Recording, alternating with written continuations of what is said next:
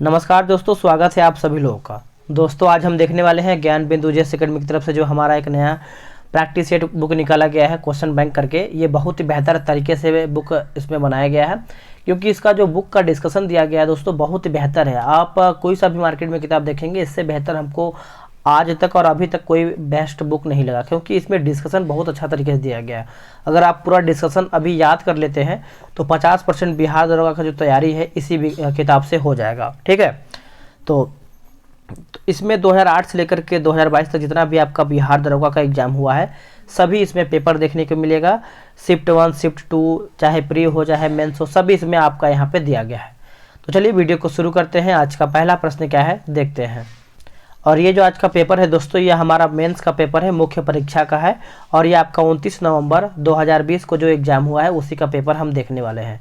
तो चलिए वीडियो को शुरू करते हैं। उससे पहले आप सभी लोगों से रिक्वेस्ट करेंगे, अगर आपको वीडियो पसंद आ रहा है और आप कोई भी सुझाव देना चाहते हैं तो आप कमेंट में बताइएगा और वीडियो को लाइक करके जाइएगा, क्योंकि जब आपका एक लाइक मिलता है तो कहीं ना कहीं मोटिवेशन आता है और लंबा वीडियो बनाने का मन भी करता है। ठीक है, तो चलिए वीडियो को अभी एक लाइक कर दीजिए। अंतर्राष्ट्रीय महिला दिवस जो है कब मनाया जाता है? तो पहला हमारा प्रश्न है कि अंतर्राष्ट्रीय महिला दिवस जो है कब मनाया जाता है। देखिए, अंतर्राष्ट्रीय महिला दिवस आपको याद ही होगा, 8 मार्च को हम अंतर्राष्ट्रीय महिला दिवस के रूप में मनाते हैं। आंसर हमारा बी हो जाएगा। देखिए, 6 अप्रैल को विकास एवं शांति के लिए अंतर्राष्ट्रीय खेल दिवस के रूप में मनाते हैं। 18 दिसंबर को विश्व अल्पसंख्यक अधिकार दिवस अंतर्राष्ट्रीय प्रवासी दिवस के रूप में मनाते हैं। 15 जनवरी को थल सेना दिवस, 25 जनवरी राष्ट्रीय मतदाता दिवस, राष्ट्रीय पर्यटन दिवस के रूप में मनाते हैं। ये सभी आप दिवस याद कर लीजिएगा जो डिस्कशन में दिया गया है। 13 फरवरी जो है राष्ट्रीय महिला दिवस, और 22 मार्च जो है विश्व जल दिवस और बिहार दिवस के रूप में मनाते हैं। 22 अप्रैल पृथ्वी दिवस, 8 अक्टूबर जो है भारतीय वायुसेना दिवस, 4 दिसंबर जो है भारतीय नौसेना दिवस और 10 दिसंबर को अंतर्राष्ट्रीय मानवाधिकार दिवस के रूप में हम मनाते हैं। नेक्स्ट है कि नौजवान भारत सभा की स्थापना किसने किया है? तो ये किया गया था भगत सिंह के द्वारा। आंसर हमारा यहाँ पे डी हो जाएगा। देखिए, नौजवान सभा की बात करते हैं तो इसकी स्थापना जो है मार्च 1926 में पंजाब में हुआ था। संस्थापक जो थे आपके भगत सिंह थे और छबिल दास एवं यशपाल थे। उद्देश्य क्या था कि देश के नवयुवकों में देशभक्ति की भावना जागृत कर मजदूर और किसानों के राज्यों की स्थापना करना था इसका उद्देश्य। मुख्य कार्यकर्ता की बात करेंगे तो केदारनाथ सहगल, उसके बाद शार्दुल सिंह, डॉक्टर भूपेंद्र नाथ दत्त और श्रीपाद अमृत डांगे, चंद्रशेखर आज़ाद हो जाएंगे, राजगुरु, जयपाल सोडी और पिंडी दास और यशपाल आदि, ये सब इसके मतलब कार्यकर्ता के रूप में शामिल हुए थे। 1928 में इस सभा का हिंदुस्तान सोशलिस्ट रिपब्लिकन एसोसिएशन में विलय कर दिया गया। सुभाष चंद्र बोस और आज़ाद हिंद फौज। देखिए, सितंबर 1941 में कैप्टन मोहन सिंह ने मलाया में आज़ाद हिंद फौज की स्थापना की नींव डाली। रासबिहारी बोस ने मार्च 1942 में टोक्यो में भारतीय स्वतंत्रता लीग तथा आज़ाद हिंद फौज बनाने की घोषणा किया। और बोस ने 1942 में भारतीय युद्ध बंदियों को इंडिया लीजन कहा। ठीक है, इंडिया लीजन कहा। 21 अक्टूबर 1943 को सुभाष चंद्र बोस ने सिंगापुर में आज़ाद हिंद फौज के सर्वोच्च सेनापति के रूप में चुने गए तथा उन्होंने स्वतंत्र भारत की अस्थायी सरकार का यहाँ पे गठन किया। आगे कि यहीं पर उन्होंने क्या है कि तुम मुझे खून दो मैं तुम्हें आज़ादी दूंगा और दिल्ली चलो का नारा। जुलाई 1944 को आज़ाद हिंद रेडियो के प्रसारण में बोस ने गांधी जी को राष्ट्रपिता का करके यहाँ पे संबोधित भी किया था। इस पॉइंट को अच्छे से आप याद रखेंगे। आगे पॉइंट क्या है, जैसे वर्ष 2012 में सूचना के अधिकार में पूछे गए प्रश्न के उत्तर में यह ज्ञात हुआ है कि भारत सरकार द्वारा महात्मा गांधी को राष्ट्रपिता की आधिकारिक उपाधि जो है प्रदान नहीं किया गया है। गदर पार्टी के बारे में समझेंगे। देखिए, इसकी स्थापना 1913 में, संस्थापक जो थे आपके लाला हरदयाल और रामचंद्र बरकुतुल्ला हो जाएंगे। स्थल की बात करते हैं सैन फ्रांसिस्को जो कि अमेरिका में है। स्वराज पार्टी जो है 1923 में इसका गठन हुआ था, पढ़ते हैं। देखिए, असहयोग आंदोलन की समाप्ति के बाद कांग्रेस में एक नई विचारधारा ने जन्म लिया, जिसके सूत्रधार जो है मोतीलाल नेहरू एवं CR दास थे। इन्हें परिवर्तनवादी कहा गया क्योंकि ये विधानमंडल में प्रवेश करके आंदोलन को आगे बढ़ाना चाहते थे। वही दूसरी तरफ क्या है कि अपरिवर्तनवादी, जिसमें C राजगोपालाचारी, डॉक्टर राजेंद्र प्रसाद, वल्लभ भाई पटेल आदि शामिल थे। विधानमंडल में प्रवेश नहीं चाहते थे। ठीक है, चलिए।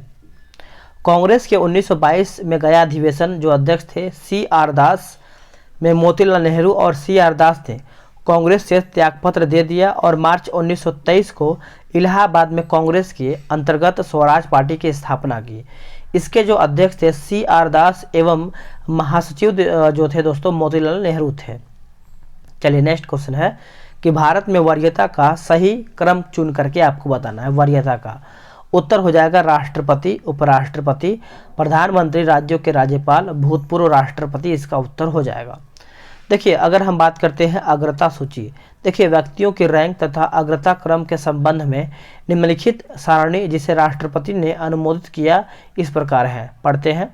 देखिए पहले हमारा राष्ट्रपति, उपराष्ट्रपति, प्रधानमंत्री, अपने अपने राज्यों में राज्यों के राज्यपाल, पूर्व राष्ट्रपति, उप प्रधानमंत्री हो जाएगा 5 के क, भारत के मुख्य न्यायाधीश, लोकसभा का अध्यक्ष हो जाएगा, और संघ के कैबिनेट मंत्री अपने अपने राज्यों में राज्यों के मुख्यमंत्री, उपाध्यक्ष, योजना आयोग, पूर्व प्रधानमंत्री, राज्यसभा एवं लोकसभा में विपक्ष नेता 7 का क, भारत रत्न अलंकरण के प्राप्तकर्ता भी ये सब इसमें शामिल हैं। आगे भी हमारा पॉइंट है कि भारत में प्रत्यायित विदेश के असाधारण तथा पूर्वाधिकारी राजदूत एवं राष्ट्रमंडल देशों के उच्चायुक्त अपने राज्यों के बाहर राज्यों के मुख्यमंत्री, अपने राज्यों के बाहर राज्यों के राज्यपाल। देखिए उच्चतम न्यायालय के न्यायाधीश, अध्यक्ष, संघ लोक सेवा आयोग, मुख्य चुनाव आयुक्त, भारत के नियंत्रक एवं महालेखा परीक्षक भी इसका पॉइंट हो जाएगा। राज्यसभा के उपसभापति, राज्यों के उप मुख्यमंत्री, लोकसभा के उपाध्यक्ष, योजना आयोग के सदस्य हो जाएगा, संघ के राज्य मंत्री तथा रक्षा मंत्रालय में रक्षा मामलों से संबंधित कोई अन्य मंत्री भी इसका उत्तर हो जाएगा। चलिए आगे हमारा प्रश्न है कि कवक की कोशिका भित्ति का मुख्य अवयव क्या है। देखिए जो कवक की मुख्य यानी कोशिका भित्ति का जो मुख्य अवयव पूछ रहा है दोस्तों, ये काइटिन हो जाएगा, यानी काइटिन का बना होता है। ऑप्शन हमारा ए हो जाएगा। देखिए कोशिका जीवधारियों की संरचनात्मक एवं क्रियात्मक इकाई है। इसमें प्रायः स्वतः जनन की क्षमता होती है।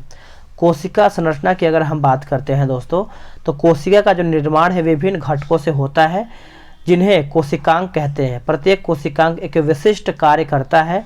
इन कोशिकांगों के कारण ही कोशिका एक जीवित संरचना है जो जीवन संबंधित सभी कार्य करने में सक्षम होती है।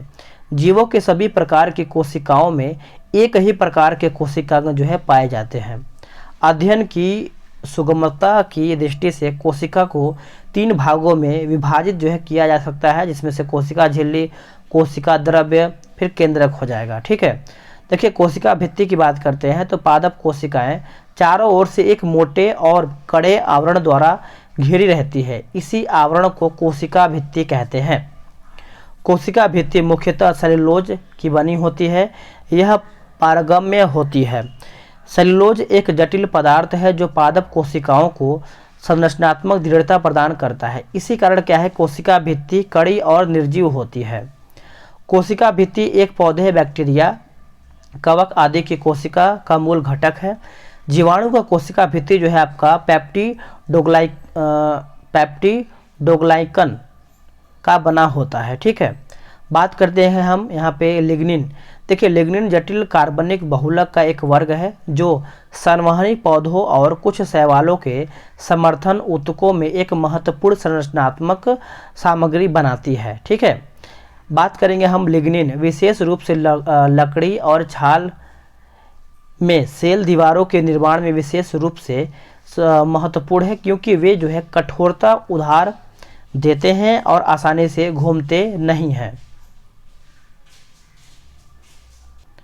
आगे पॉइंट हमारा है, बोला है कि पैक्टिन। देखिए पैक्टिन एक संरचनात्मक अम्लीय जो कि हेट्रोपॉलीसेकेराइड है जो प्राथमिक और मध्य लेमेला और स्थलीय पौधों की कोशिकाओं दीवारों में निहित है। इसका मुख्य घटक जो है दोस्तों गैलेक्टोरोनिक एसिड है जो ग्लैक्टोज से प्राप्त एक चीनी एसिड है, याद रखेंगे। अब आते हैं क्वेश्चन नंबर 5 पे। ठीक है, इसको हम छोड़ देते हैं, मैथ्स का है। और हाँ, इससे पहले आप सब लोग को हम बता दें कि बिहार दरोगा के लिए हमने एक टेलीग्राम पे ग्रुप बनाया हुआ है जिसमें से करीबन 250 से अधिक लोग वहाँ पे जुड़े हुए हैं और डेली बेस पे ज्वाइन भी हो रहे हैं। अगर आपको बिहार दरोगा में टारगेट बैच में ज्वाइन होना है तो आप व्हाट्सअप नंबर लिख लीजिए 8756546533।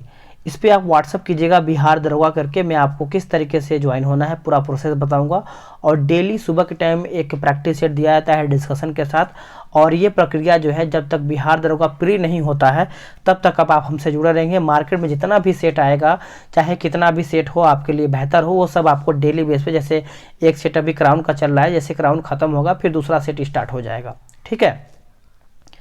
वर्ष 2011 की जनगणना के अनुसार भारत में वह राज्य जहां न्यूनतम जनसंख्या घनत्व दर्ज किया गया है वह कौन सा है? तो वह हमारा अरुणाचल प्रदेश हो जाएगा। ऑप्शन हमारा यहाँ पे बी हो जाएगा।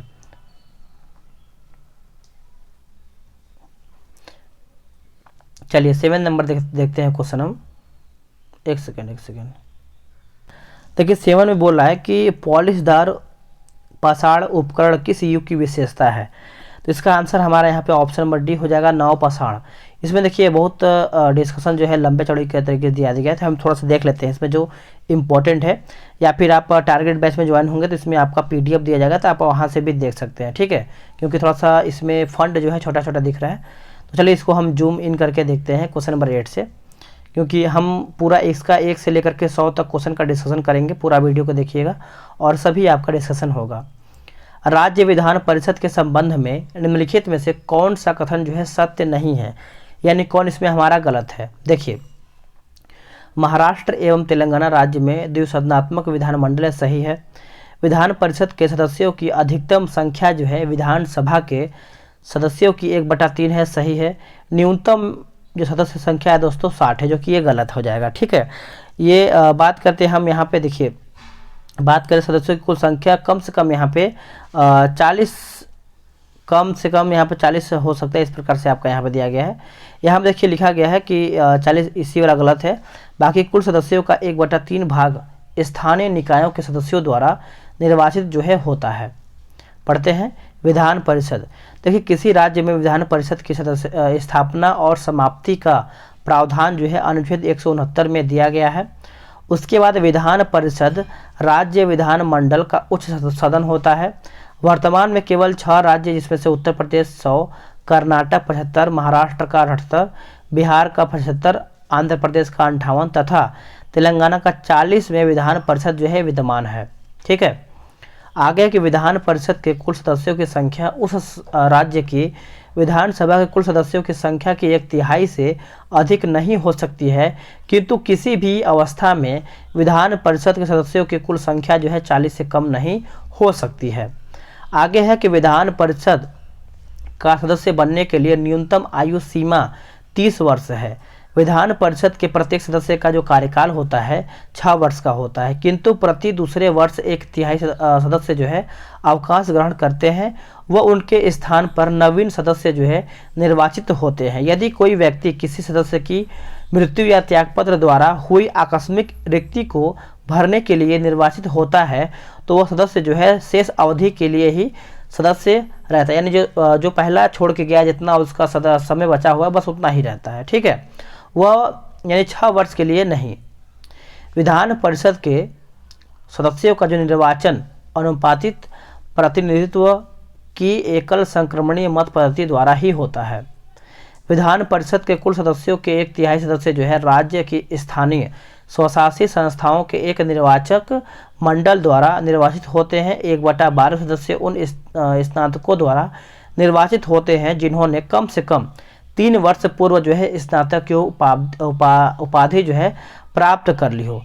1/12 सदस्य उन उपाध्यक्षों द्वारा निर्वाचित होते हैं जो कम से कम 3 वर्ष से माध्यमिक पाठशालाओं अथवा उनके ऊंची कक्षाओं में शिक्षण कार्य कर रहे हों तथा 1/6 सदस्यों का राज्यपाल उन व्यक्तियों में से मनोनीत जो है करता है जिन्हें साहित्य, कला, विज्ञान, सहकारिता आंदोलन या सामाजिक सेवा के संबंध में विशेष ज्ञान हो। आगे पॉइंट क्या है देखते हैं। देखिए, विधान परिषद की किसी भी बैठक के लिए कम से कम 10 या विधान परिषद के कुल सदस्यों का जो दशमांश दिया गया है 1/10, इनमें जो भी अधिक हो गणपूर्ति होगा। ठीक है, थोड़ा सा इधर फॉन्ट गड़बड़ है। विधान परिषद अपने सदस्यों में से 2 क्रमशः सभापति एवं उपसभापति चुनती है। सभापति एवं उपसभापति को विधानमंडल द्वारा निर्धारित वेतन एवं भत्ते जो है प्राप्त होते हैं। सभापति उपसभापति को संबोधित कर वह उपसभापति सभापति को संबोधित कर त्यागपत्र दे सकता है अथवा परिषद के सदस्यों के बहुमत से पारित प्रस्ताव द्वारा उसे क्या है कि अपदस्थ भी किया जा सकता है, किंतु ऐसे किसी प्रस्ताव को लाने के लिए 14 दिनों की जो है पूर्व सूचना आवश्यक है। नेक्स्ट हमारा क्वेश्चन है कि शिवाजी से संबंधित निम्नलिखित घटनाओं का सही क्रम जो है क्या है। उत्तर हमारा हो जाएगा दोस्तों ऑप्शन नंबर बी हो जाएगा, पुरंदर दुर्ग का विजय हो जाएगा, सूरत की पहली लूटमार हो जाएगा, राज्याभिषेक हो जाएगा और हमारा कर्नाटक का आक्रमण भी हो जाएगा। समझते हैं। देखिए, मराठा साम्राज्य का संस्थापक शिवाजी थे। शिवाजी का जन्म जो है 6 अप्रैल 1627 में शिवनेर दुर्ग यानी जुन्नार के समीप में हुआ था। शिवाजी के पिता का नाम था आपका शाहजी भोंसले एवं माता का नाम था आपका जीजाबाई। देखिए, शिवाजी ने 1646 ईस्वी में पूना के पास स्थित तोरण का किला और 1648 में पुरंदर के किले को जीता है। शिवाजी द्वारा सूरत अभियान जो है 1664 में किया गया। शिवाजी का राज्याभिषेक जो है 1674 में हुआ था। शिवाजी का अंतिम अभियान 1677 ईस्वी में गोलकुंडा की सहायता से कर्नाटक में किया गया। आगे क्या है कि 1656 ईस्वी में शिवाजी ने रायगढ़ को अपनी राजधानी बनाया। शिवाजी को राजा की उपाधि जो है औरंगजेब ने दिया था। शिवाजी ने सूरत को 1664 ईस्वी एवं 1670 ईस्वी में लूटा भी था। पुरंदर की लड़ाई जो है 1665 ईस्वी में मुगल साम्राज्य और मराठा साम्राज्य के बीच जो है लड़ा गया था। पुरंदर की संधि 1665 ईस्वी में महाराजा जय सिंह एवं शिवाजी के मध्य जो है संपन्न हुई। 5 जून 1674 ईस्वी को शिवाजी ने रायगढ़ यानी राजधानी में वाराणसी काशी के प्रसिद्ध विद्वान श्री गंगा भट्ट द्वारा क्या है कि अपनी राज्याभिषेक करवाया। मूल रूप से गंगा भट्ट महाराष्ट्र का एक सम्मानित ब्राह्मण था जो लंबे समय वाराणसी में रहा था। लंबे समय से वाराणसी में रहा था। 1677 में गोलकुंडा के 2 ब्राह्मण मंत्रियों जो कि यहाँ पे मथुरा एवं अकतरा की सहायता से शिवाजी ने अपना अंतिम अभियान जो है कर्नाटक यानी जिंजी का किला जो है किया। तो ये तो हमारा मैथ का है, इसको हम छोड़ देते हैं। आगे देखेंगे 11 नंबर, निम्नलिखित में से कौन सा प्रत्यक्ष लोकतंत्र का साधन जो है नहीं है। उत्तर हो जाएगा गैरीमैंडरिंग जो है इसका उत्तर हो जाएगा। देखिए, आप समझते हैं इसके बारे में। गैरीमैंडरिंग यह प्रत्यक्ष लोकतंत्र का साधन नहीं है। इसका उपयोग जो है राजनीतिक दलों द्वारा चुनावी जिले की सीमाओं में जो कि हेरफेर करके किसी विशेष पार्टी या चुनावी समूह के लिए अनुसूचित लाभ स्थापित करने के लिए किया जाता है। राजनीतिक दलों को जब यह एहसास हो जाता है कि वे कुछ भी कर समाज के कुछ वर्ग उन्हें कभी वोट नहीं देंगे, तब गैरीमैंडरिंग पद्धति को लगाकर निर्वाचन क्षेत्र के सीमाओं को बदलते हैं। हाल ही में अमेरिकी जनसंख्या के 2020 की जनगणना के परिणाम प्रस्तुत किए गए थे। यह लगभग हर दशक में अमेरिकी कांग्रेस और राज्य के विधायी जिलों में क्या है गैरीमैंडरिंग यानी अनुसूचित लाभ की नीयत से निर्वाचन क्षेत्रों का निर्धारण की प्रक्रिया जो है अपनाई गई है। देखिए, गैरीमैंडरिंग शब्द की जो उत्पत्ति है एल्ब्रिज गैरी से हुई, जिन्होंने 1812 में मैसाचुसेट्स के गवर्नर के रूप में क्या है कि एक बिल पर हस्ताक्षर किए, जिसने बोस्टन क्षेत्र में एक चुनावी जिला बनाया जिसने सभी मतदाताओं को अपने लाभ के लिए एकत्रित किया। पॉइंट को नोट कीजिएगा। जनमत संग्रह एक ऐसा प्रत्यक्ष मतदान है जिसमें किसी क्षेत्र विशेष के सभी मतदाताओं को मतदान के द्वारा किसी एक विशेष प्रस्ताव को स्वीकार अथवा अस्वीकार करने के लिए कहा जाता है। जूनागढ़ को 20 फरवरी जूनागढ़ को 20 फरवरी 1948 को जनमत संग्रह द्वारा भारत में मिलाया गया। प्रत्यावर्तन, देखिए प्रत्यावर्तन का अर्थ एक या एक से अधिक संवाददाताओं द्वारा हुए बदलाव को पूर्णतः अथवा आंशिक रूप से वापस करते हुए पन्ने की सामग्री को पिछले अवतरण पर पुनः जो है स्थापित करना है। नेक्स्ट हमारा है, बोला है कि आरंभक, देखिए आरंभक का अर्थ है शुरू या आरंभ करने वाला। उदाहरण जैसे बात करते हैं, कार्यक्रम के आरंभिक व्यक्ति ही अभी तक जो है नहीं पधारे हैं। आगे हमारा प्रश्न क्या है, ये रीजनिंग का प्रश्न है, इसको हम छोड़ते हैं। देखिए भारत के उत्तरी पश्चिमी भाग में शीतकालीन वर्षा जो है मुख्य रूप से निम्नलिखित कारण से होती है। उत्तर हो जाएगा पश्चिमी विक्षोभ जो है इसका सही उत्तर हो जाएगा। देखिए पश्चिमी विक्षोभ के कारण जो है लगभग 3% वर्षा होता है। लौटती मानसून या उत्तर पूर्वी मानसून से 17% तक वर्षा होती है। भारत में सबसे कम वर्षा जो है लेह में होती है। उत्तर भारत के मैदानी भाग में शीत ऋतु में वर्षा पश्चिमी विक्षोभ या जेट स्ट्रीम के कारण होती है। राजस्थान में इस वर्षा को क्या कहते हैं, मावट कहते हैं, मावट। आगे पॉइंट क्या है कि जाड़े के दिनों में जनवरी फरवरी महीने में तमिलनाडु तटों पर कोरोमंडल तट पर वर्षा लौटती हुई मानसून या उत्तरी पूर्वी मानसून के कारण जो है यहाँ पे होती है। ग्रीष्म ऋतु में असम एवं पश्चिम बंगाल राज्यों में तीव्र आंधी हवाएं चलने लगती हैं, जिनसे गरज के साथ वर्षा हो जाती है। इन हवाओं को पूर्वी भारत में जो कि नॉर्वेस्टर या बंगाल में काल बैसाखी के नाम से जाना जाता है। कर्नाटक में इसे क्या है कि चेरी ब्लास्म एवं काफ़ी वर्षा कहा जाता है, यानी कॉफ़ी वर्षा कहा जाता है, जो कॉफ़ी की कृषि के लिए लाभदायक होता है। आम की फसल के लिए लाभदायक के कारण क्या है कि इसे दक्षिण भारत यानी केरल में आम्र वर्षा कहते हैं। वर्षा ऋतु में उत्तर पश्चिम भारत तथा पाकिस्तान में उष्ण दाब का क्षेत्र बन जाता है, जिसे मानसून गर्त कहते हैं। इसी समय क्या है कि उत्तरी अंतः उष्ण अभिसरण उत्तर की ओर क्या है कि खिसकने लगती है, जिसके कारण क्या है कि विषुवत रेखीय पछुआ पवन एवं दक्षिणी गोलार्ध की दक्षिणी पूर्वी वाणिज्यिक पवन विषुवत रेखा को पार कर फेरेल के नियम का यहाँ पे अनुसरण जो है करते हुए भारत में प्रभावित होने लगती है, जिसे दक्षिण पश्चिमी मानसून के नाम से भी हम जाना जाता है। भारत के अधिकांश वर्षा जो है दोस्तों 80% जो होता है इसी मानसून से ही होता है। आगे बोला कि गारो, खासी एवं जयंतिया पहाड़ियों पर बंगाल की खाड़ी से आने वाली हवाएं दक्षिण पश्चिम मानसून की शाखा अधिक वर्षा लाती है, जिसके कारण क्या किया स्थित मौसिनराम मेघालय विश्व में सर्वाधिक वर्षा प्राप्त करने वाला स्थान है, लगभग 1141 सेंटीमीटर। आप इसको अच्छे से याद रखेंगे। तो ये तो मैथ का है, इसको छोड़ देते हैं। देखिए आगे है, निम्नलिखित में से कौन सा पृथ्वी के घूर्णन का प्रभाव जो है नहीं है। उत्तर हो जाएगा ऋतु परिवर्तन। ऋतु परिवर्तन आप इसको अच्छे से याद रखेंगे। देखिए पृथ्वी की गतियां जो है आपका, पृथ्वी की 2 गतियां हैं, घूर्णन गति, दैनिक गति और परिक्रमण गति और वार्षिक गति भी इसको कहते हैं।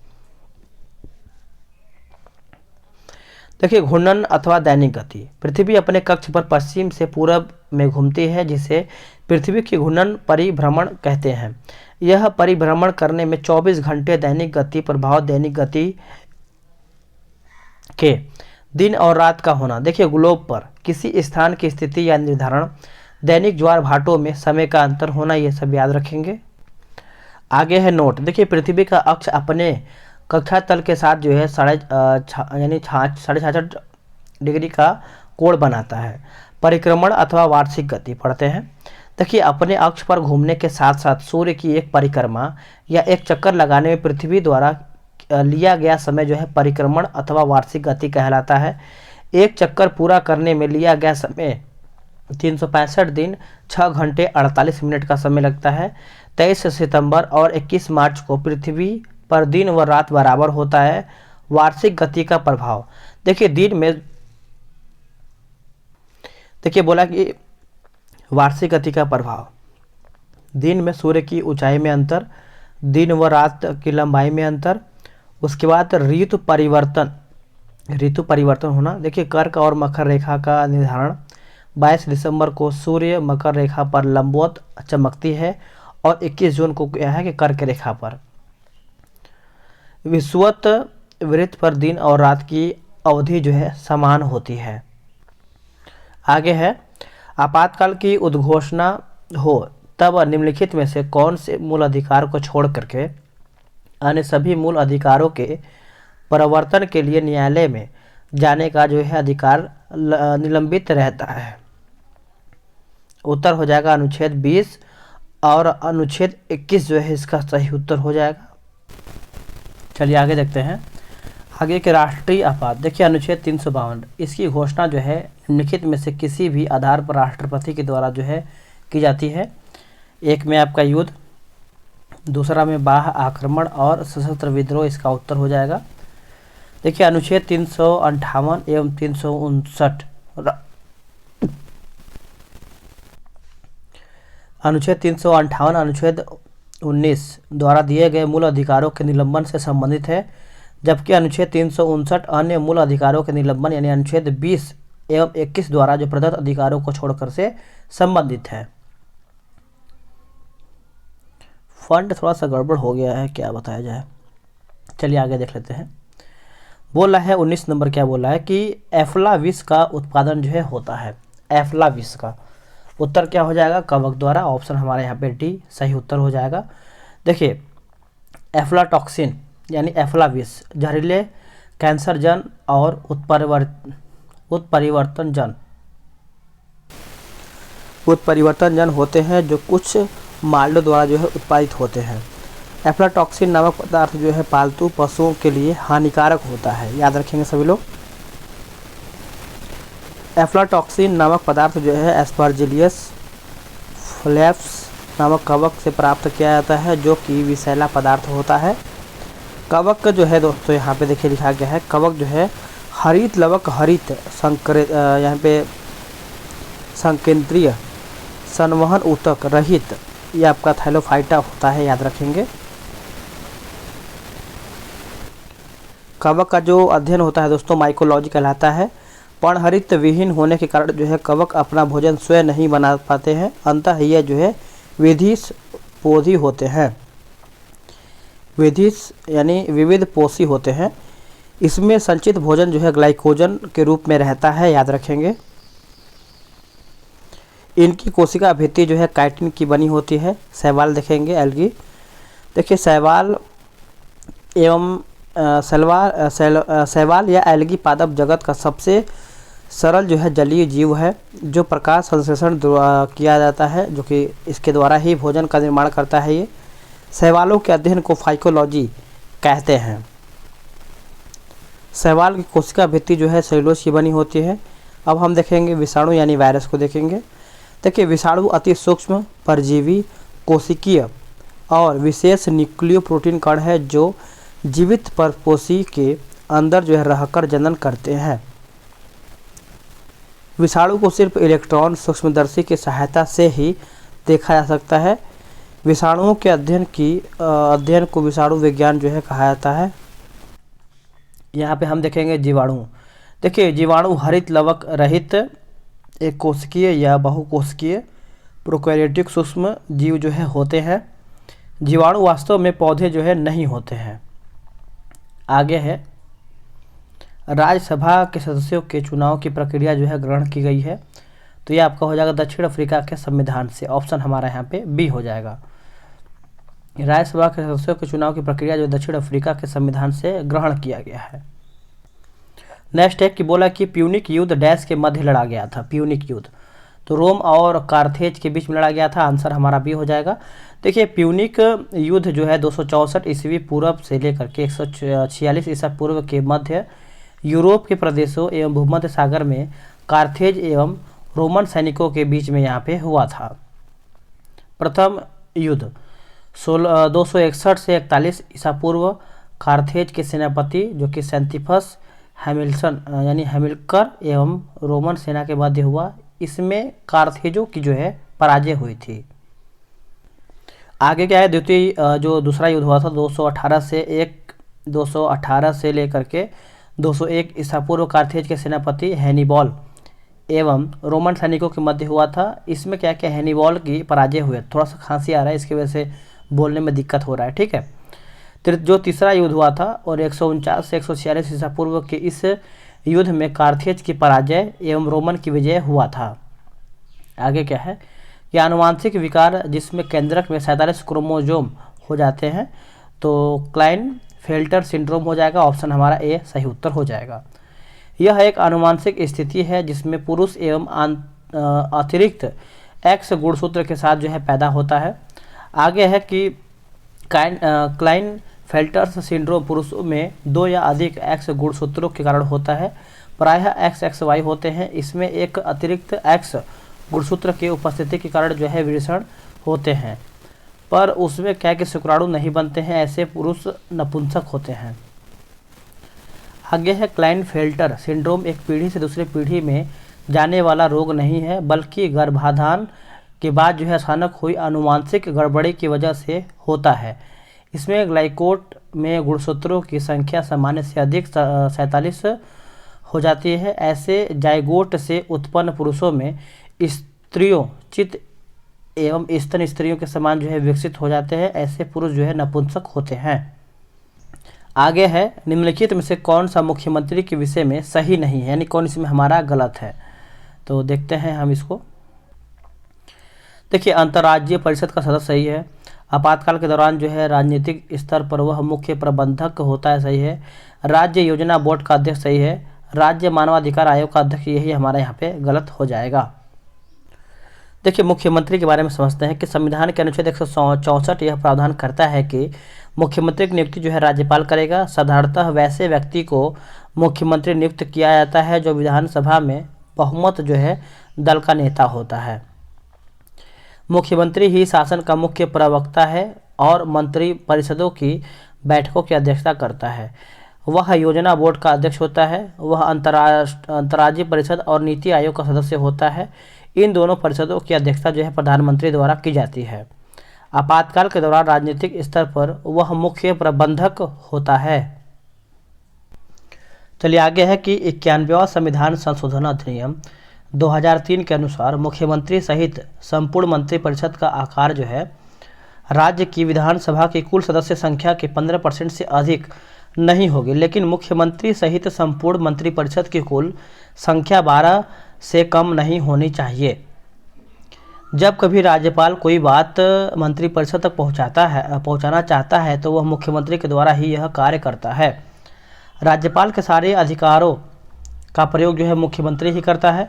अनुच्छेद 167 मुख्यमंत्री के कार्यों को परिभाषित करता है। उसके बाद राज्य मानवाधिकार आयोग का अध्यक्ष उच्च न्यायालय का एक ही सेवानिवृत्त मुख्य न्यायाधीश होता है और राज्य मानवाधिकार आयोग के अध्यक्ष एवं अन्य सदस्यों का कार्यकाल जो है 3 वर्ष अथवा 70 वर्ष की आयु तक ही होता है। आगे क्या है, आगे देख लेते हैं। बोला कि अपविशिक वायस में पी-एन संधि डायोड के अवक्षय के क्षेत्र की चौड़ाई है। उत्तर हो जाएगा ऑप्शन नंबर सी, घटता है। याद रखेंगे, घटता है।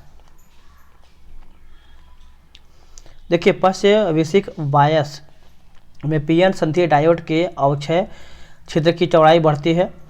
अविशिक बायस में जब हम पी को बैटरी के धन टर्मिनल से जोड़ते हैं और एन बैटरी के ऋण टर्मिनल से जोड़ते हैं तो धन टर्मिनल को कोटर और ऋण टर्मिनल से इलेक्ट्रॉन प्रतिकर्षित होता है, जिससे क्या है कि अवक्षय क्षेत्र की चौड़ाई जो है घट जाती है। वोल्टेज सिलिकॉन डायोड का लगभग 0.7 वोल्ट और जर्मेनियम डायोड का जो है 0.3 वोल्ट होता है। जीनर डायोड का उपयोग जो है वोल्टेज रेगुलेशन में करते हैं। आगे है कि जेम्स टॉबिन के द्वारा पहली बार सुरक्षा, फिर से पढ़ लेते हैं इसको। बोला है 25 नंबर की जेम्स टॉबिन के द्वारा पहली बार सुझाया गया टॉबिन टैक्स निम्न में से किस लेन देन पर लगाया जाता था। उत्तर हो जाएगा करेंसी के लेन देन पर। आंसर हमारा यहाँ पे बी सही हो जाएगा। देखिए, विदेशी पूंजी की आवक पर लगने वाले कर को हम क्या कहते हैं, टॉबिन टैक्स कहा जाता था और इसका नामकरण जो है नोबेल पुरस्कार से सम्मानित जेम्स टॉबिन के नाम पर ही किया गया है। इस तरह का कर उस स्थिति में लगाया जाता था जब सरकार महसूस करती है कि विदेशी पूंजों के कारण क्या है घरेलू वित्तीय तंत्र पर नकारात्मक असर जो है पड़ रहा है। आगे हमारा है कि मुगल दरबार में प्रमुख चित्रकार कौन था जिसके नेतृत्व में अकबर ने चित्रकला का एक पृथक विभाग जो है स्थापित किया। उत्तर हो जाएगा अब्दुल समद हो जाएगा, ऑप्शन हमारा यहाँ पे ए हो जाएगा। समझते हैं। देखिए, भारत में मुगल चित्रकला जो है 16वीं और 18वीं शताब्दी के बीच की अवधि का काल है। यह वह समय था जब मुगलों ने भारत के बड़े हिस्से पर शासन किया था। मुगल चित्रकला का विकास सम्राट अकबर, जहांगीर और शाहजहां के शासनकाल में हुआ।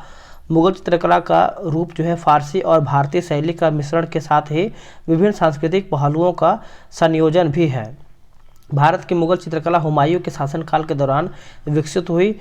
जब वह अपने निर्वासन से भारत लौटा तो वह अपने साथ दो फारसी महान कलाकारों अब्दुल समद और मीर सैयद को लाया।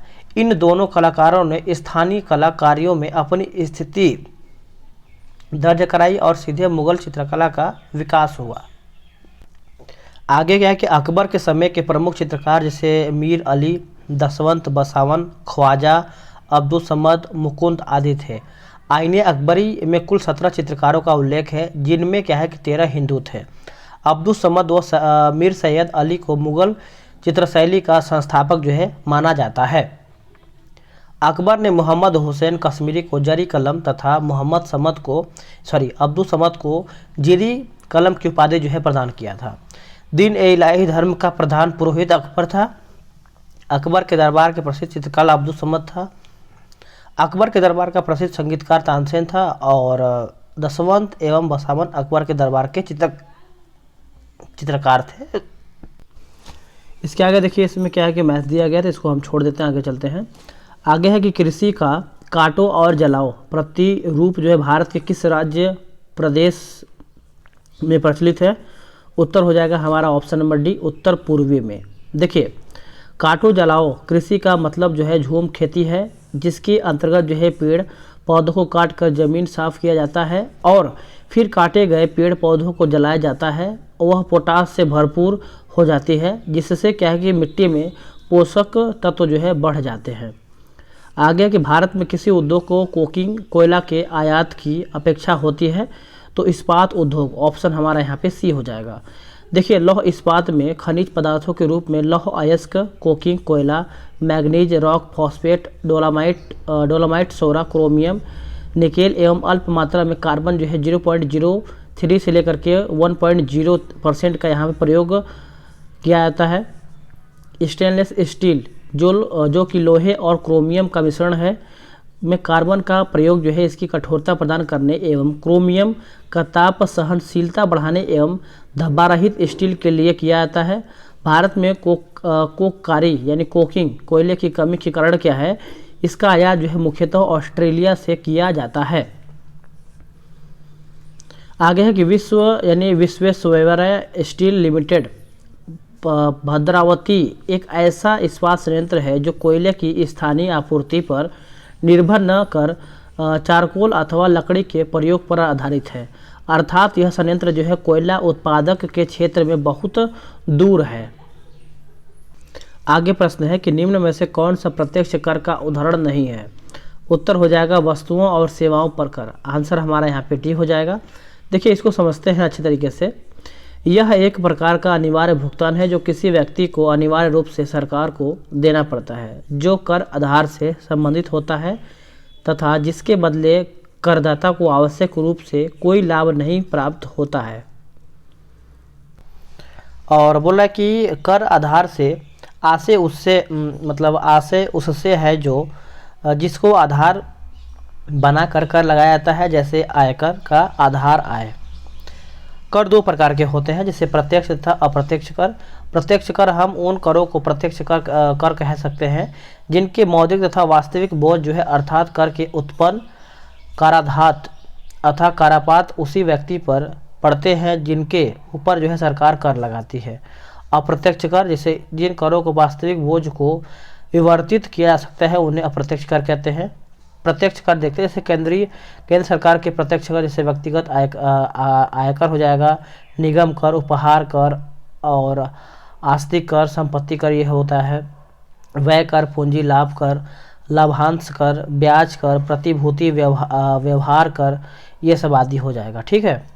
राज्य सरकार के प्रत्यक्ष कर जैसे होटल प्राप्तियों पर कर, भू राजस्व, कृषि आय पर कर, व्यवसाय कर, गैर शहरी अचल संपत्तियों पर कर, रोजगार पर कर।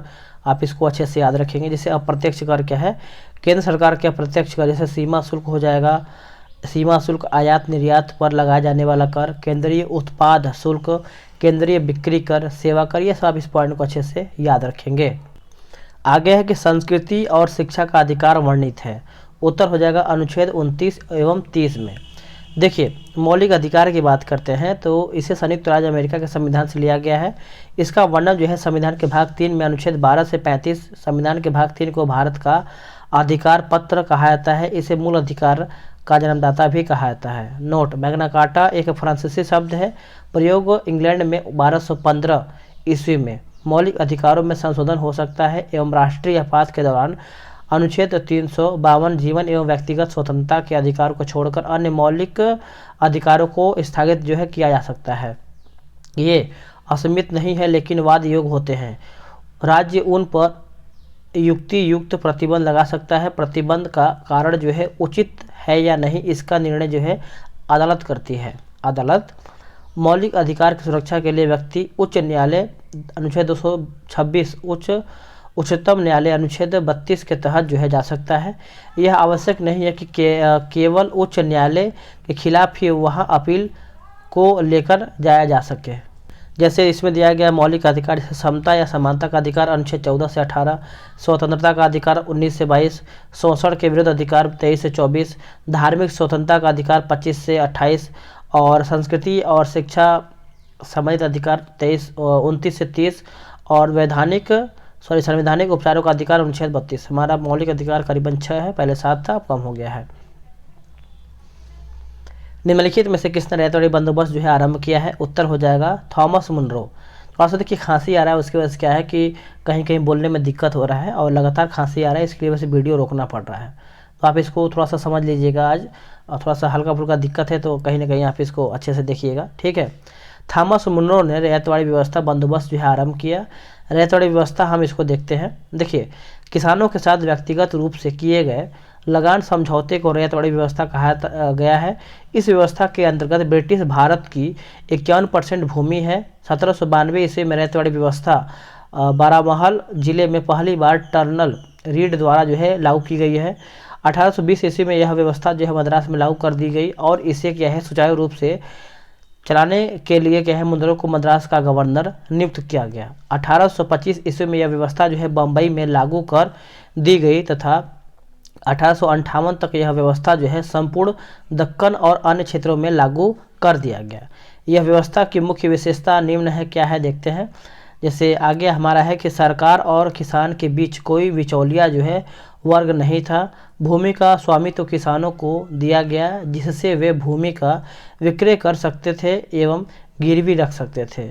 लगान की अदायगी न होने पर भूमि जब्त की जा सकती है। लगान अदायगी के प्रत्येक 30 वर्ष बाद जो है पुनर्समीक्षा करने की व्यवस्था जो है की गई थी। नेक्स्ट है कि पश्चिम बंगाल में होने वाले मानसून पूर्व की वर्षा को कहते हैं क्या? तो इसको हम कहते हैं काल वैसाखी, नॉर्वेस्टर्स, ऑप्शन नंबर डी। देखिए आप समझते हैं इसको कि भारतीय मौसम विभाग ने वर्ष 4 ऋतुओं यानी वर्ष को 4 ऋतुओं में बांटा है। शीत ऋतु और उष्ण यानी उष्ण शुष्क हो जाएगा, आर्द्र हो जाएगा, लौटते हुए मानसून की ऋतु अक्टूबर से मध्य दिसंबर तक, ये सब आप इसको याद रखेंगे। देखिए ग्रीष्म ऋतु के समय देश के विभिन्न भागों में स्थानीय पवनें बहती हैं। लू उत्तर भारत के मैदानी इलाके में गर्म एवं शुष्क हवा को लू कहते हैं। बात करते हैं नॉर्वेस्टर, काल वैसाखी पश्चिम बंगाल एवं असम में गरज के साथ जो है होने वाली वर्षा है। आगे है कि बोला है कि मैंगो शावर। देखिए दक्षिण भारत केरल में पूर्वी मानसून वर्षा जिससे क्या है कि आम जल्दी पक जाते हैं। चेरी ब्लॉसम की बात करते हैं तो बंगाल में वर्षा जो कॉफ़ी की खेती के लिए लाभदायक है। चाय वर्षा असम तथा पश्चिम बंगाल में होती है। इस प्रकार की वर्षा जो है चाय की खेती के लिए लाभदायक होती है। ये इसको हम छोड़ देते हैं, आगे चलते हैं। भारत के राष्ट्रपति के चुनाव में हुए विवाद का निर्णय जो है कौन करता है? उत्तर हो जाएगा सर्वोच्च न्यायालय करता है। ऑप्शन हमारा यहाँ पे बी हो जाएगा। देखिए, राष्ट्रपति के निर्वाचन के लिए निर्वाचक मंडल अनुच्छेद 54, इसमें राज्यसभा, लोकसभा और राज्यों की विधानसभाओं के निर्वाचित सदस्य हो रहते हैं। नवीनतम व्यवस्था के अनुसार पुदुचेरी विधानसभा तथा दिल्ली की विधानसभा के निर्वाचित सदस्यों को भी सम्मिलित किया गया है 17वां संविधान संशोधन 1992 के द्वारा। ठीक है, आगे हमारा प्रश्न क्या है? आगे हमारा प्रश्न है कि राष्ट्रपति पद के उम्मीदवार के लिए निर्वाचक मंडल के 50 सदस्य प्रस्तावक तथा 50 सदस्य जो है अनुमोदक होते हैं। एक ही व्यक्ति जितनी बार चाहे राष्ट्रपति के पद पर निर्वाचित हो सकता है। राष्ट्रपति के निर्वाचन यानी समानुपाती प्रतिनिधित्व प्रणाली और एकल संक्रमणीय मत पद्धति के द्वारा होता है। अनुच्छेद 55। अनुच्छेद 71 की बात करते हैं तो राष्ट्रपति एवं उपराष्ट्रपति के चुनाव से संबंधित विवाद का फैसला सर्वोच्च न्यायालय करेगा। राष्ट्रपति के निर्वाचन से संबंधित विवादों का निपटारा जो है उच्चतम न्यायालय द्वारा किया जाता है। निर्वाचन अवैध घोषित होने पर उसके द्वारा किए गए कार्य जो है अवैध नहीं होते हैं, याद रखेंगे। राष्ट्रपति अपने पद ग्रहण की स्थिति या फिर ग्रहण की तिथि से 5 वर्ष की अवधि तक पद धारण करेगा। अपने पद की समाप्ति के बाद भी वह पद पर तब तक बना रहेगा जब तक उसका उत्तराधिकारी जो है पद ग्रहण नहीं कर लेता। अनुच्छेद 56 जो है इसका उत्तर हो जाएगा। देखिए, पद धारण करने से पूर्व राष्ट्रपति को एक निर्धारित प्रपत्र जो है भारत के मुख्य न्यायाधीश अथवा उनकी अनुपस्थिति में उच्चतम न्यायालय के वरिष्ठतम न्यायाधीश के प्रमुख जो है न्यायाधीश के सम्मुख जो है शपथ लेनी पड़ती है। नोट क्या है देख लेते हैं।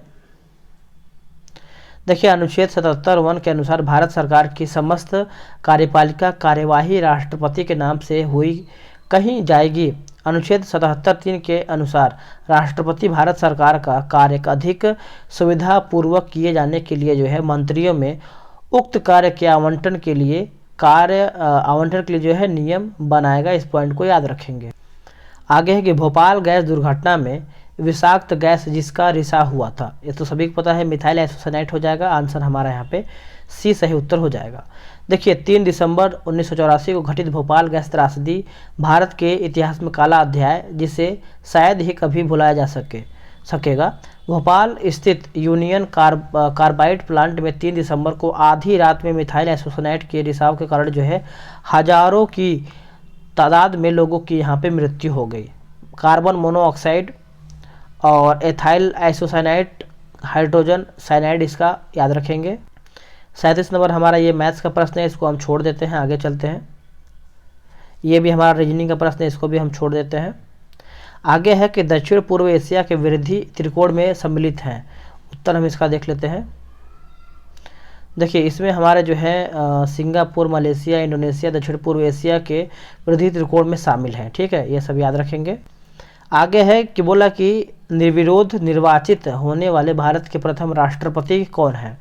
उत्तर हमारा हो जाएगा एन संजीव रेड्डी। ऑप्शन हमारा यहाँ पे डी हो जाएगा। देखिए, नीलम संजीव रेड्डी 1956 में गठित आंध्र प्रदेश के पहले मुख्यमंत्री चुने गए।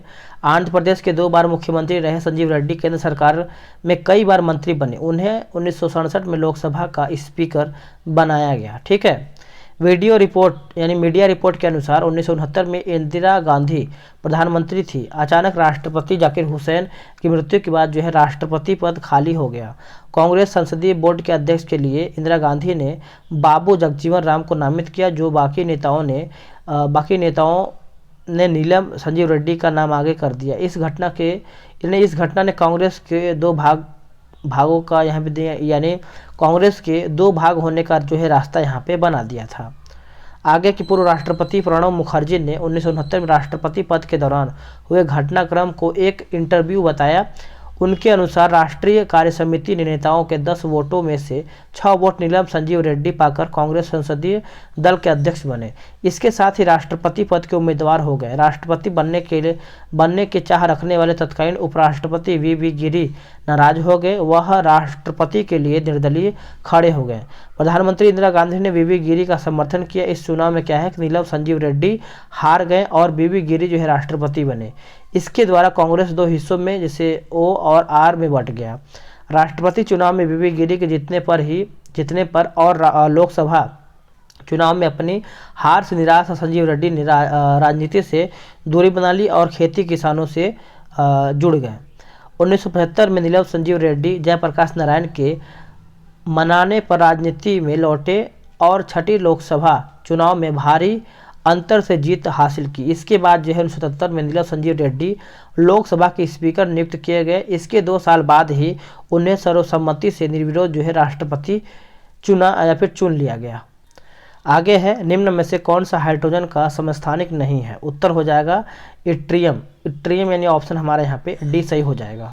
आगे है कि भारत में बाजार नियंत्रण प्रणाली किस सुल्तान द्वारा जो है लागू किया गया था? उत्तर हो जाएगा option number A, Alauddin Khilji के द्वारा ही ये आपका लाया गया था। देखिए, अलाउद्दीन खिलजी दिल्ली सल्तनत का नहीं बल्कि मध्यकालीन भारतीय शासकों में एक योग्य शासक था।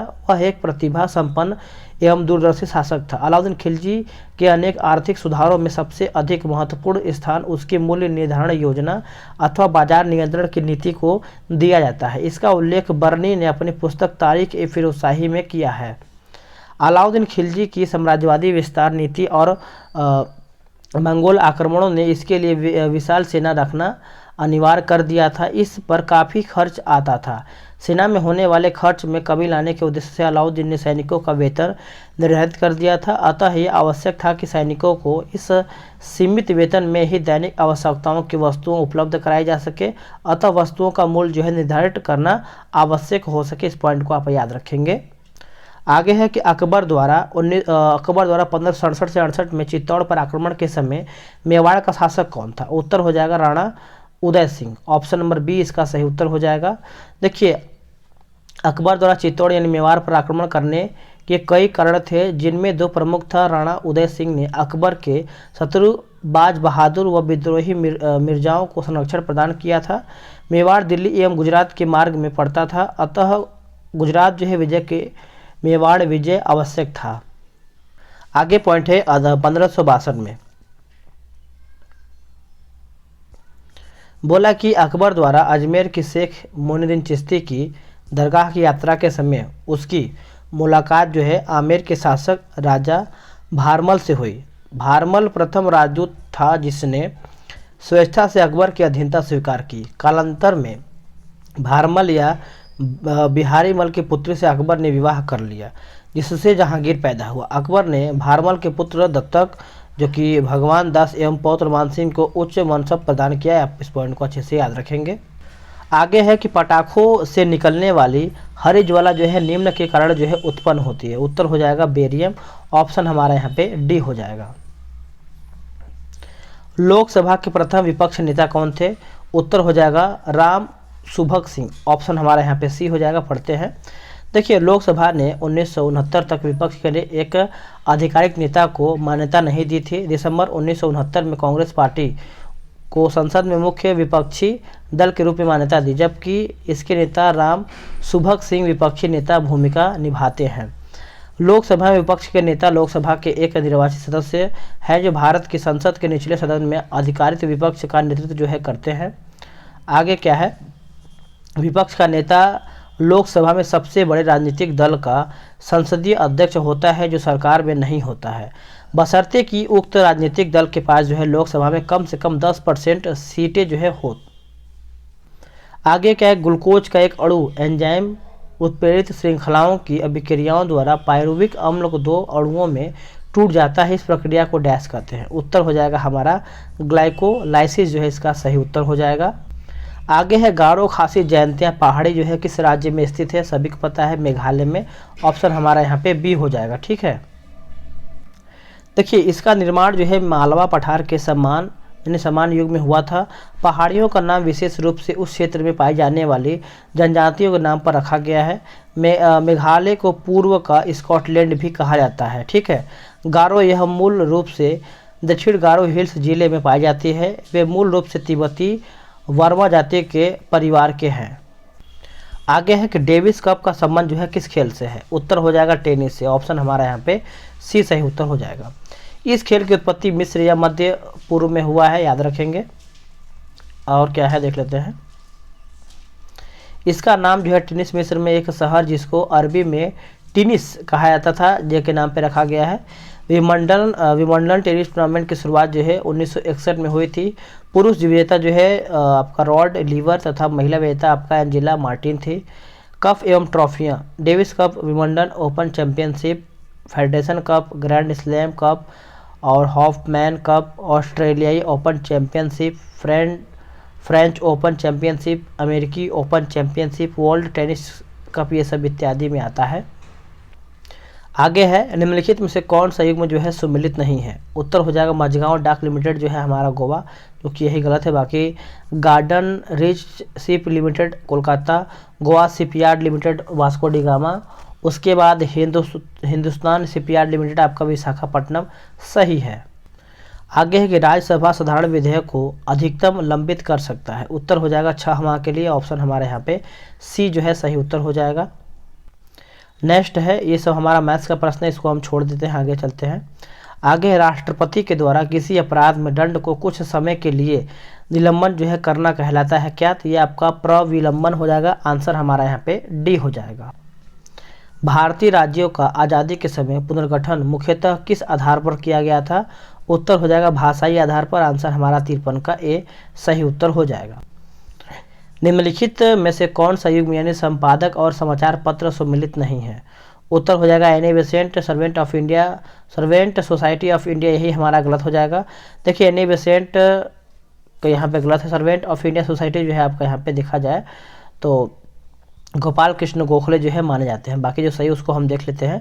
जैसे राजा राम मोहन राय संवाद कौमुदी, ईश्वर चंद्र विद्यासागर सोम प्रकाश, मोतीलाल नेहरू जो है अमृत बाजार पत्रिका सही है। आगे है, निम्नलिखित में से कौन कैबिनेट मिशन का सदस्य नहीं था? उत्तर हो जाएगा विलियम वार्ड नहीं था। बाकी Pethick Lawrence, Stafford Cripps, AV Alexander सही है। कैबिनेट मिशन जो है 1946 में भारत आया था। कैबिनेट मिशन में 30 सदस्य जिसे मैंने आप बताया ना, आपका Pethick Lawrence, Stafford Cripps, AV Alexander सही है। आगे है हमारा दोस्तों कि भ्रूण और गर्भाशय के बीच संवहनी संपर्क बनाने वाली संरचना को डैश कहते हैं। उत्तर हो जाएगा अपरा यानी प्लेसेंटा जो है इसको कहते हैं, याद रखेंगे। नेक्स्ट है कि मिनीमाटा रोग निम्नलिखित में से किसके सेवन से होता है? उत्तर हो जाएगा मरकरी यानी पारा। आंसर हमारा यहाँ पे बी सही उत्तर हो जाएगा। प्रेरित विद्युत वाहक बल का परिणाम चुंबकीय फ्लक्स में समय के साथ होने वाले परिवर्तन की दर के बराबर होता है। यह कथन किसका है? तो फैराडे के विद्युत चुंबकीय प्रेरण के नियम का है। आंसर हमारा सी हो जाएगा। आगे कि भारत में तटीय सीमा वाले राज्यों की संख्या पूछ रहा है, तो 9 हो जाएगा। आंसर याद रखेंगे। 9 का नाम जैसे गुजरात, महाराष्ट्र, गोवा, कर्नाटक, केरल, तमिलनाडु, आंध्र प्रदेश, उड़ीसा और पश्चिम बंगाल। मुख्य भूमि तट की लंबाई आपका 6100 किलोमीटर है, याद रखेंगे सभी लोग। आगे हमारा प्रश्न है कि पातशाहनामा की रचयिता कौन है? उत्तर हो जाएगा Abdul Hamid Lahori, option number C. Next है, निम्नलिखित में से भारत की कौन सी नदी जो है ज्वारंद मुख बनाती है? तो यह आपका बनाते हैं तापी यानी ताप्ती भी बोलते हैं। ऑप्शन हमारा बी हो जाएगा। आगे है गांधी सागर बांध निम्नलिखित में से किसका हिस्सा है? तो ये आपका हो जाएगा चंबल का। किसका? चंबल का। ये हमारा 65 नंबर रीजनिंग का प्रश्न है, आप इसको बनाइएगा टारगेट बैच में ज्वाइन होकर के। ठीक है, चलिए आगे देखते हैं। जो रीजनिंग मैथ है उसको हम छोड़ दे रहे हैं ताकि आगे बढ़ पाए। निम्नलिखित राज्यों में से एक में केबुल लामजाओ राष्ट्रीय उद्यान स्थित है। तो ये हमारा जो है मणिपुर में स्थित है केबुल लामजाओ। ऑप्शन हमारा यहाँ पे सी हो जाएगा। निम्नलिखित में से किस गवर्नर जनरल का नाम जो है व्याप्तगत का सिद्धांत यानी डॉक्ट्रिन ऑफ लैप्स के साथ जुड़ा हुआ है? तो लॉर्ड डलहौजी हो जाएगा। आंसर हमारा यहाँ पे बी हो जाएगा। नेक्स्ट हमारा प्रश्न क्या है दोस्तों? आगे है, निम्नलिखित में से भारत में सदाबहार वन जो है कहाँ पर पाए जाते हैं? तो ये हमारे पाए जाते हैं दोस्तों असम में। ऑप्शन हमारा 69 का ए सही उत्तर हो जाएगा। एक स्वस्थ मनुष्य का रक्तचाप होता है, तो ये हमारा होता है 120/80, 120/80 ऑप्शन नंबर डी। नेक्स्ट है कि सुंदर वन जो है पाए जाते हैं दोस्तों। देखिए सुंदर वन की बात करते हैं तो ये हमारे मैंग्रोव वन है, मैंग्रोव वन ऑप्शन हमारा यहाँ पे ए हो जाएगा, याद रखेंगे। आगे है 72 नंबर की यॉर्कर शब्द का जो प्रयोग है किया जाता है। देखिए यॉर्कर बॉलिंग होता है, जो कि इसका आंसर हमारा यहाँ पे क्रिकेट में होता है। आंसर हमारा ऑप्शन नंबर ए हो जाएगा, इसको आप नोट कर लीजिएगा। आगे है कि भारत का कौन सा राज्य जो है नौका दौड़ के लिए प्रसिद्ध है। तो देखिए नौका दौड़ के लिए अगर हम बात करते हैं तो ये हमारा जो केरला है बहुत प्रसिद्ध है नौका दौड़ के लिए। उत्तर हमारा यहाँ पे ऑप्शन नंबर ए हो जाएगा, इसको हम छोड़ देते हैं, आगे चलते हैं। देखिए इसमें मेंस है ना, तो मेंस का एग्जाम में पता ही होगा आपका 10 प्रश्न मैथ का होता है और 10 प्रश्न जो होता है रीजनिंग का होता है, यानी 20 प्रश्न जो होता है 100 में से वो मैथ और रीजनिंग का ही होता है। तो इसके लिए मैथ और रीजनिंग हमको छोड़ना पड़ रहा है। भारत का वह राज्य जहाँ विश्व के थोरियम का विशाल भंडार है, तो ये हमारा हो जाएगा ऑप्शन नंबर ए, केरल में देखने को मिलता है। आगे प्रश्न है कंबोडिया निम्नलिखित में से किस भौगोलिक और सांस्कृतिक व राजनीतिक उपविभाग में आता है। तो ये हमारा आता है दक्षिणी पूर्वी एशिया, ऑप्शन हमारा यहाँ पे ए राइट हो जाएगा। आगे है कि आत्मीय सभा की स्थापना किसने किया है। आत्मीय सभा की स्थापना राजा राम मोहन राय के द्वारा किया गया है, 77 का आंसर हमारा सी हो जाएगा। आगे है कि न्यूक्लियस के बाहर डीएनए मिलता है, तो ये मिलता है माइटोकॉन्ड्रिया, ऑप्शन नंबर डी।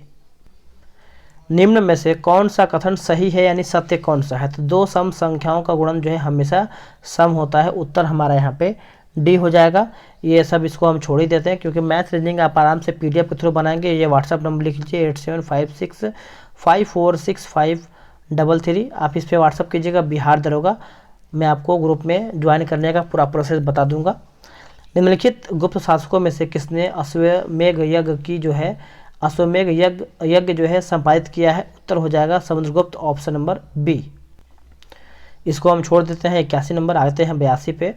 बोला कि निम्नलिखित नदियों में से कौन सी नदी जो है डेल्टा नहीं बनाता है। तो ये ताप्ती जो है, तापी भी इसको बोलते हैं, ये हमारा डेल्टा जो है नहीं बनाता है, नोट कीजिएगा। आगे हमारा प्रश्न 83 नंबर रीजनिंग का है, इसको हम छोड़ते हैं, आगे आते हैं। विक्रम संवत जो है किस शासक ने आरंभ किया था। उत्तर बताइएगा। तो ये 58 ईसा पूर्व में तो ये हुआ था, कहीं कहीं आपको 57 भी देखने को मिलता है, तो आप इसको अच्छे से याद रखेंगे। नेक्स्ट है निम्न में से कौन सा खाने के नमक के नाम से जाना जाता है। तो NaCl हो जाएगा, आंसर हमारा यहाँ पे डी सही उत्तर हो जाएगा NaCl। इसको भी हम छोड़ते हैं, आप आराम से बनाइएगा। आगे हमारा है कि उपयुक्त आवृत्ति का प्रकाश जब किसी धातु पृष्ठ पर डाला जाता है तो इलेक्ट्रॉनों का उत्सर्जन जो है होता है, इस प्रक्रिया को क्या कहते हैं। तो प्रकाश विद्युत उत्सर्जन कहते हैं, आंसर हमारा डी हो जाएगा। ये भी देखिए 88 नंबर हमारा मैथ का प्रश्न है, इसको भी हम छोड़ते हैं। देखिए आगे हमारा प्रश्न है निम्नलिखित में से कौन प्रधानमंत्री बनने से पहले मुख्यमंत्री नहीं रहे थे या फिर नहीं रहे हैं। उत्तर हो जाएगा Gulzari Lal Nanda, option number D. बाकी चरण सिंह रहे हैं, HD देवगौड़ा और मोरारजी देसाई भी उत्तर हो जाएगा। निम्न में से कौन सा वर्ग जो है फ्रांस की तृतीय स्टेट का हिस्सा नहीं था। तो ये हमारा हो जाएगा ऑप्शन नंबर सी पादरी, इसका सही उत्तर हो जाएगा। निम्नलिखित में से कनिष्क की राजधानी कौन सी थी। उत्तर हो जाएगा पुरुषपुर, यानी पेशावर भी कहते हैं, उत्तर हमारा ऑप्शन नंबर ए हो जाएगा। आगे है अंतर्राष्ट्रीय श्रम संगठन का मुख्यालय कहाँ पर स्थित है। तो ये हमारा जेनेवा में स्थित है, कहाँ पे, जेनेवा, ऑप्शन नंबर ए। आगे प्रश्न है कि दाब बढ़ाने पर बर्फ का गलनांक क्या होगा। देखिए दाब अगर बढ़ेगा तो इसका गलनांक जो है दोस्तों घट जाएगा, आंसर हमारा यहाँ पे ए हो जाएगा।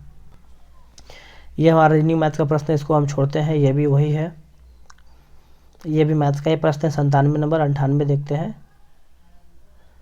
ये भी वही है। ये रीजनिंग का प्रश्न है, क्लॉक का यानी घड़ी का है। आगे क्या है, हाँ ये है कि क्षितिज यानी शिक्षित व्यक्तियों का विकासशील देशों से विकसित देशों की और पलायन कहलाता है क्या। तो ये हमारा प्रतिभा पलायन हो जाएगा, आंसर हमारा ए हो जाएगा। दोस्तों थोड़ा सा मैंने फास्ट वीडियो कर दिया है क्योंकि स्टार्टिंग में हमने डिस्कशन अच्छा से किया है, लेकिन क्या होता है ना कि खांसी वगैरह आने लगता है क्योंकि थोड़ा सा तबीयत इस टाइम सही नहीं चल रहा है।